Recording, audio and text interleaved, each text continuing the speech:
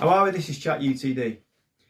It's easy to forget that in the build-up to the 2024 FA Cup final, David Ornstein, Romano, Laurie Whitwell, Andy Mitten all concurred that United were looking to speak to Kieran McKenna with a view to him becoming our manager and taking over from Eric Ten Hag.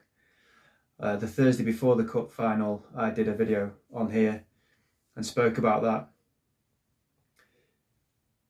For me, it would be left field at the time, absolutely, but I didn't necessarily see that as being a bad thing. I saw it as the club wanting a manager who would hone his craft at United and, from their perspective, hopefully have his best years at United and almost mould one of your own.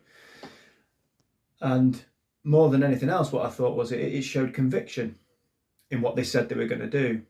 In that, when INEOS came in, they said that the football board, which then consisted of Dan Ashworth and Omar Barada, would set the vision for the club, and a head coach would come in and would be tasked with fulfilling that vision.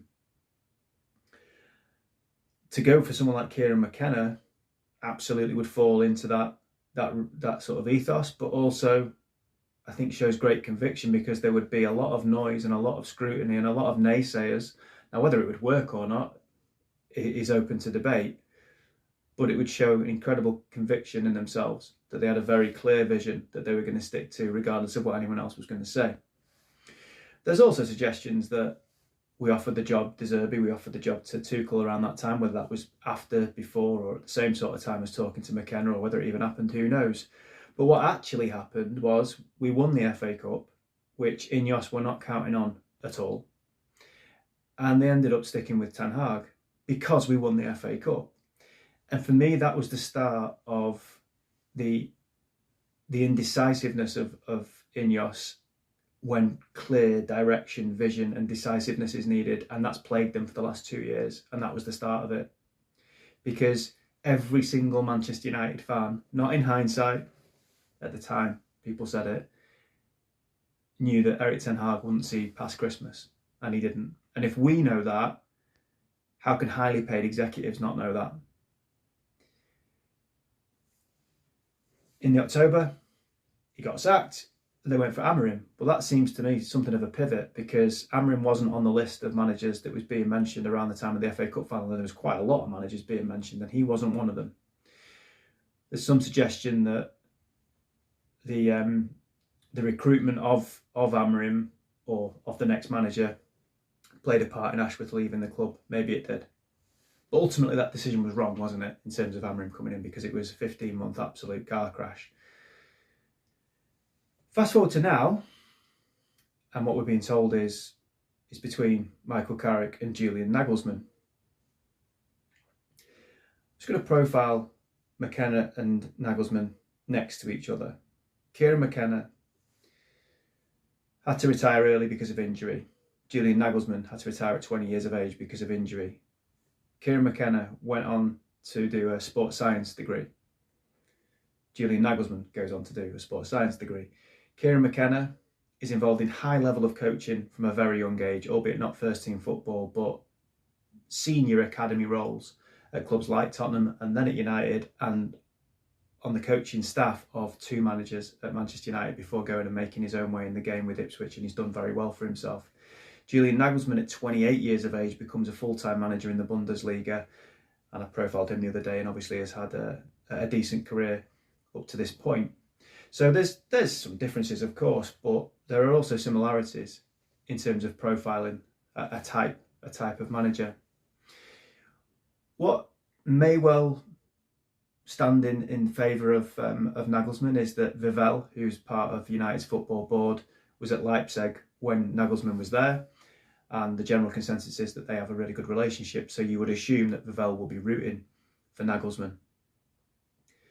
Now, Vivell is the only person on United's football board that has any reputation outside of Manchester United. He's the type that, because he's so well thought of in the game, I think, that could be poached, could be headhunted. You're not going to get a team from the Championship trying to poach Jason Wilcox. So in terms of his standing in the game, he's got a good standing in the game. How much voice he has on the football board, I don't know. But if he has, you'd think he'd be rooting for Nagelsmann.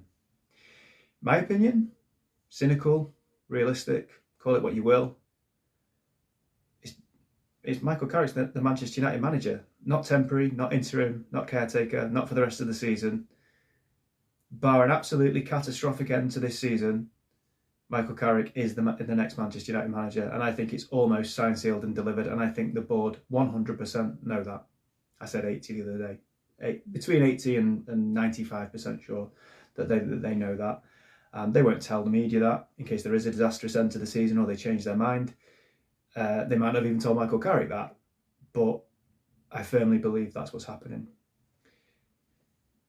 What they've got really good at in this last couple of years, United, is using the media to put sound bites out for them.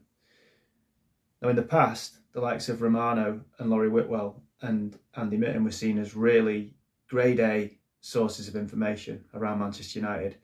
What's happened is INEOS, the club, whoever, put stories to those people, and those people will take those stories as read, why would they not, and put that out into public consumption.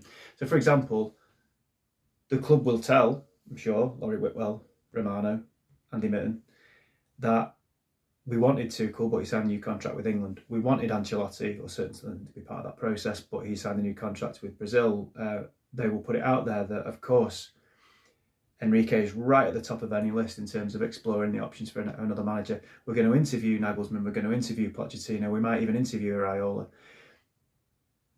This thorough process that they talk about, of course they want United fans to think that that's what's happening, so they will tell the likes of Laurie Whitwell, for example, that. What's Laurie Whitwell going to say? You're lying, so I'm not going to put it out. No, he's going to put it out, but they just become a mouthpiece for the club. The only one that doesn't say a lot about United now, unless it's absolutely concrete, is David Ornstein. I think he's been really true to his integrity. The rest are just putting sound bites out and are a mouthpiece for the club, which keeps them well in with the club, and I understand. But I don't think for a second we're going to interview Nagelsmann. I don't think for a second we've interviewed or will interview anyone else. I think it's pure PR. And I think Carrick's the manager. And I said when he came in, if he gets Europe, he'll get the job. And I also said, and good for him if he does, and so he should if he gets us Europe. So have I changed my mind? Yeah, I have. And the reason is I look at the way we play and I don't think it's sustainable.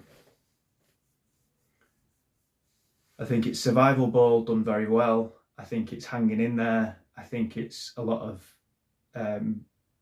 jeopardy where within the last 10 minutes of any given game, the options of win, lose or draw are all there. Every week, whoever we're playing, whatever type of game it's been, you might say, well, yeah, but the team's not that good. It was like that under Amorim. It's the Premier League. It's going to be tight. True. But I just have a hunch and a feeling that we're, especially in recent weeks, we're just kind of getting away with it. We're getting away with getting results. And when you feel like that, if I'm right, that's not long-term a way forward, that you're not going to keep getting away with it. Maybe not even for the rest of this season, but certainly not longer term. And I understand the argument to say, well, if Carrick had new players coming in the summer to work with, perhaps it would be different. We'd play a different style of football, and perhaps it's more in keeping with what he would want. I'm not sure about that. I think if we get better players in the summer, we're going to have more of a chance to do well because the individual players in each position are better and more moments will happen. But in terms of what we see in a framework of the way we play, Carrick was there when Solskjaer was there and was a big voice in that. And beyond the first couple of months of Solskjaer, I'd say the football was better than what we're seeing now, but it was similar. And Steve Holland, who's a big part of Carrick's coaching staff, was a big part of Gareth Southgate's coaching staff, and the style of football is not dissimilar to what we saw from England for the 6 or 7 years when Southgate was there. So I don't think we'll see anything different. It just might be that we have better players to do it with. That's a hunch. I can't prove that. Obviously, that's my projection to the future. As an interim, it's been a dream interim appointment. He couldn't have done any better. In 10 games, we've got the best record in the Premier League since he came in. You can't ask for any more than that. It's far better than I thought in terms of points. But it very much feels like it's a classic interim stint. It's not something that that's given me a flavour of something that makes me want more. I don't get what the ex-players are saying when they say, "Oh, I see a lot more cohesion. I see there's a real Man United identity to it. There's a fluidity to the play. It's exciting." I don't agree. I think over the last few weeks, in particular, we've hardly played any games, have we, in the last few weeks? But over the last few games, shall we say, it started off with cohesion and fluidity and excitement and high octane Man United type football. It suited us because it was counter-attacking in the first two games, but even against Fulham and Tottenham, we played well. Probably the last 6 games, it's just got gradually slower. Gradually, the cohesion and the fluidity has diminished. The levels have gone down. I think we look very ponderous on the ball, and I actually think it's quite boring. And as I say, we're hanging in there, which has definitely instilled a mentality in that regard. But that's about it. We're hanging in there. We're getting away with it. As I say, it's survival ball. And an interim comes in and does that. It just makes you more efficient. And he's made us incredibly efficient. Long term, is it going to work? When we look back to Solskjaer, the first few weeks, I'd say probably the first 10 weeks under Solskjaer, albeit we have to give perspective that the football under Mourinho was so turgid that anything was going to be better than that. But I know good football when I see it. We were playing some fantastic football. We were smashing teams off the park at times. We're not doing that now.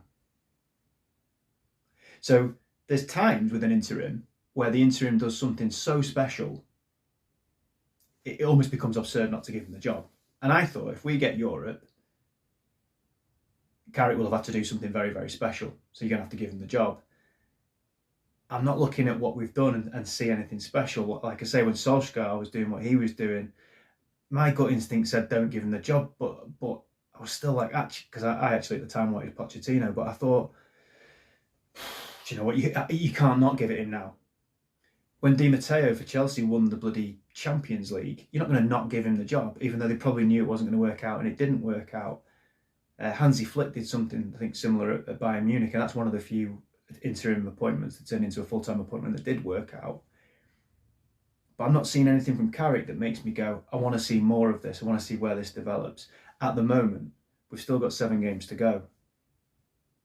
Would I be up in arms if we gave him the job? No, of course I wouldn't. It's Michael Carrick. I want to, if he gets the job, I want to see him do well. If it's between him and De Zerbi, it's Carrick every week. If it's between him and Glasner, it's Carrick every week. If it's him and Iraola, it's Carrick every week. If it's him and Pochettino, it's Carrick. As I said, I don't think there is anyone else in the conversation, but if it's Nagelsmann, I'm not blown away by Nagelsmann. But bringing it back to McKenna, they liked the profile clearly of Kieran McKenna.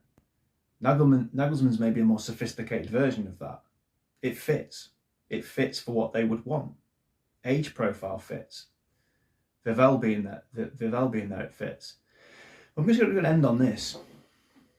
As I've been speaking about managers over these last few months, whoever it's been, I caveat every conversation about a manager, be it in passing or as a feature video, with it won't work anyway because we lack a world-class structure around that manager. It won't work anyway because the owners will scupper it and put a handbrake on everything that we do. Now, I hate the Glazers and I really don't like INEOS. But even me, I've become so numb to it, so defeated, so resigned, so indoctrinated into the fact that it's just the owners, and it's not going to work because of these owners, not going to work because of these owners in charge. It doesn't matter who you put as manager. And you say it, and sometimes I say it and think, hang on a minute, we're Man United, one of the biggest clubs in the world, and me, in quite a relaxed, blasé fashion, I'm saying, oh well, there'll be no excitement with a new manager anyway because we've seen it all before, haven't we? We were excited with Ten Hag. never worked out. We're excited with Amrin, never worked out. We're excited with Mourinho. We've tried every different type of manager. With these owners, it's never going to work. And I'm just saying it and thinking, oh well, move on. That's not all right. I'm not swearing at the screen. I'm not shouting at the screen. I'm not outraged by it. I should be. I should be outraged by it.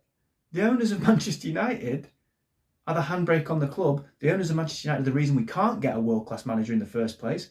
But even if you've got an option B or an option C that's quite exciting, what's the point in getting excited about it? Because these chumps are in charge. And then we just move on. Because that's the way it is. Well, that's not all right. So, as I say, Michael Carrick will be the manager of Manchester United unless there's an absolutely disastrous end to the season. The reason I bring Kieran McKenna into the conversation is, one, I think that's the start of the indecisiveness with INEOS, in that they didn't have the strength and courage of their convictions to do something that was left field, and that they put out there to really good sources that's what they might do, and they didn't do it, and they stuck with Ten Hag, and that was the start of it for me in terms of their indecisiveness. The second thing with McKenna is he is not, whilst not the same, he's not a dissimilar profile to Julian Nagelsmann, and makes me wonder if that would add credence to appointing someone like Nagelsmann. Of course, with Nagelsmann, you've got the problem of how far does Germany go in the World Cup and when does he start, of course, as well, which I didn't really consider. But it's Carrick's for me, as I've said all along. But everything always links back to the top of the club. Let me know your thoughts. Glazers out.